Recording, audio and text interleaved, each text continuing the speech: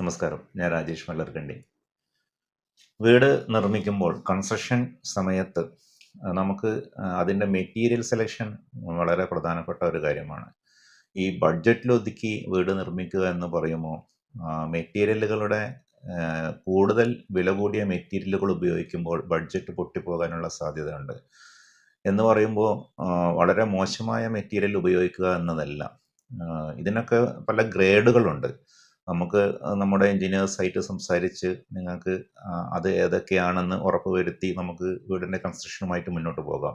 എന്നാൽ ചില സമയം മനസ്സിലാകും, ഒരേ ഗ്രേഡ് തന്നെയുള്ള മെറ്റീരിയലുകൾ പലതും പല റേറ്റിലായിരിക്കും. അത് അതിൻ്റെ കമ്പനിയുടെ ഒരു വാല്യൂ അനുസരിച്ച് ഒരു ബ്രാൻഡ് നെയിം കൂടുതൽ നല്ല ഒരു ബ്രാൻഡാകുമ്പോൾ കൂടുതൽ റേറ്റ് ഉണ്ടാവാൻ സാധ്യതയുണ്ട്.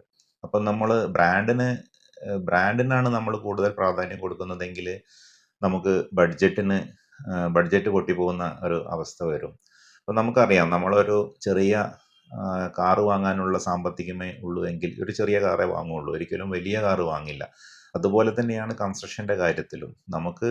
നമുക്ക് അഫോർഡബിൾ ആയിട്ടുള്ള, നമുക്ക് താങ്ങാൻ കഴിയുന്ന ഒരു റേറ്റിലുള്ള മെറ്റീരിയലുകൾ നമ്മൾ പർച്ചേസ് ചെയ്യുക.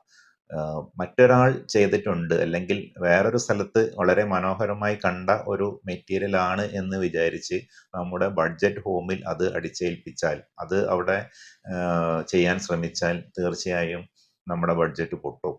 ഓരോ മെറ്റീരിയൽ സെലക്ട് ചെയ്യുമ്പോഴും അത് നമുക്ക് നമ്മുടെ വീടിന് ബഡ്ജറ്റിൽ ഒതുക്കിയിട്ട് ചെയ്യാൻ പറ്റുന്ന ഒരു താങ്ങാൻ സാധിക്കുന്ന ഒരു പ്രൈസിലുള്ളതാണോ എന്ന് മനസ്സിലാക്കിയിട്ട് വേണം നമ്മൾ ഓരോ മെറ്റീരിയലും സെലക്ട് ചെയ്യാൻ. അതല്ലാതെ അത് മോശം ക്വാളിറ്റി ഉപയോഗിക്കുക എന്ന ഒരർത്ഥം അതിനില്ല. ഏറ്റവും നല്ല ക്വാളിറ്റിയിൽ തന്നെ പല റേറ്റിലുള്ള മെറ്റീരിയലുകൾ ഉണ്ടാവുമ്പോൾ നമുക്ക് താങ്ങാവുന്ന റേറ്റിലുള്ള ഒരു മെറ്റീരിയൽ സെലക്ട് ചെയ്ത് നമ്മുടെ വീട് ബഡ്ജറ്റിൽ ഒതുക്കി ചെയ്യാൻ ശ്രമിക്കുകയാണ് വേണ്ടത്. Thank you.